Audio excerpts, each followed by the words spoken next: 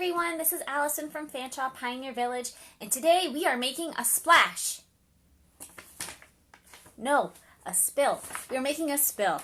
That's my joke for today. I'm sorry. So, for this activity, I recommend that you are doing this with an adult because it does involve fire. Now, a spill would have been used to help light candles, sconces, lanterns, oil lamps, all these different kinds of things. And what it would use would be paper. And you would use the paper in order to light all of these things because matches, unlike today, were not this small. They were very, very long and they were very expensive. So most people did not use those. The other way that people could light fire was using flint and steel, which can be very, very difficult. It's hard to get a spark, and it would be even more difficult to try and get a spark to land on a candle than it would have been to get it to light a fire in your fireplace. So what most people would do would be use their spill, light it from their fireplace, and then go around and light their candles or any of the other things that they need lit. So there are a couple of ways to do this. I recommend using newspaper, which I'm going to use, but you can also use foolscap or line paper. Do not use a thicker grade paper. It does not work very well, so please don't bother trying with construction paper. It won't work.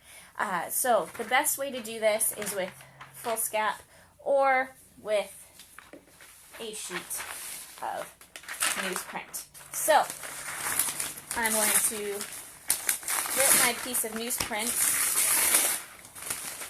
a little bit smaller.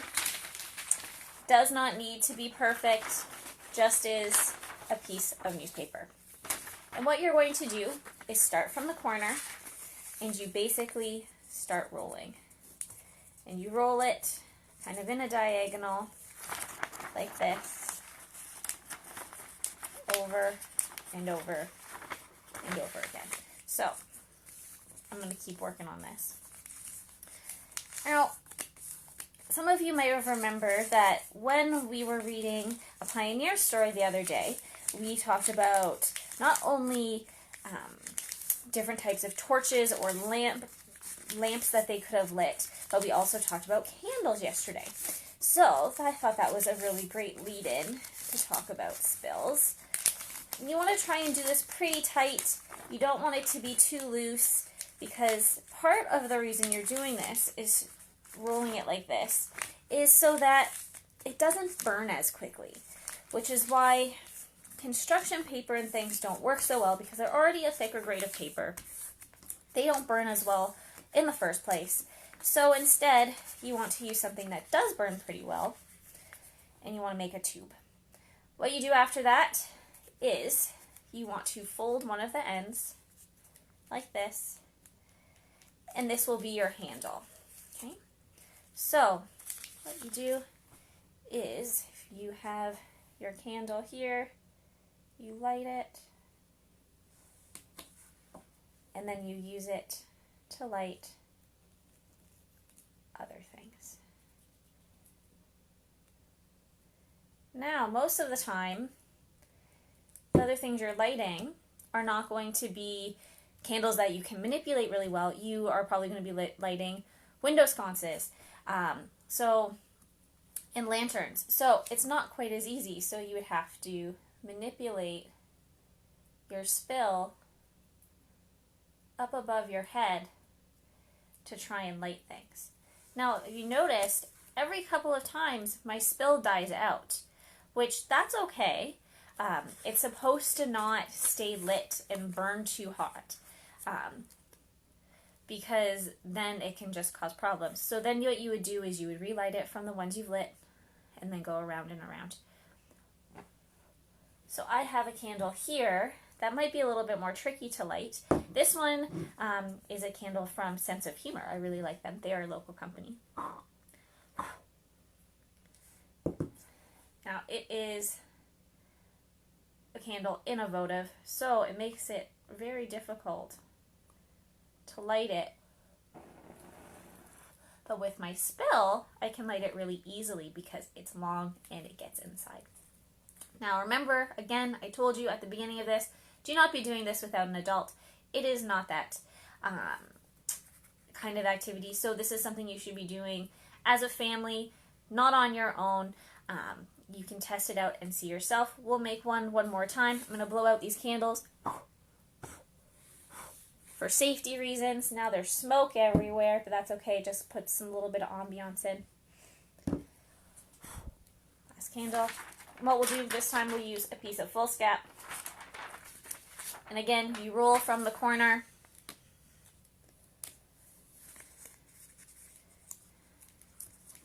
You don't want it to be too tight, remember I said, because then it won't burn. But you roll it, and you just keep rolling on and on and on. Now, spills would be particularly useful if you had lots of lamps and things up on the wall. So remember, you're not using them to light a candle necessarily. You're using them to light things that are above your head. That's why you want them to be pretty long. So let's keep going on and on. And the reason that I suggested using newspapers, because that's one of the things the pioneers would have used, because they would have had newsprint, and they would have used that newsprint for all manners of things. They could have used it for helping to light their fires if they were having a hard time and they didn't have a lot of material for kindling. Down, pushing down as we go. And they could have used it for a whole bunch of stuff, and this would be one of the really useful ways to make use of their newsprint. Now, foolscap, just like construction paper, does not burn quite as well as newsprint, but here we go. We can give it a test.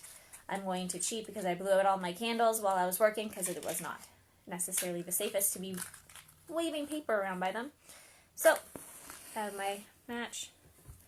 I'm going to light this candle, blow out the match for safety's sake.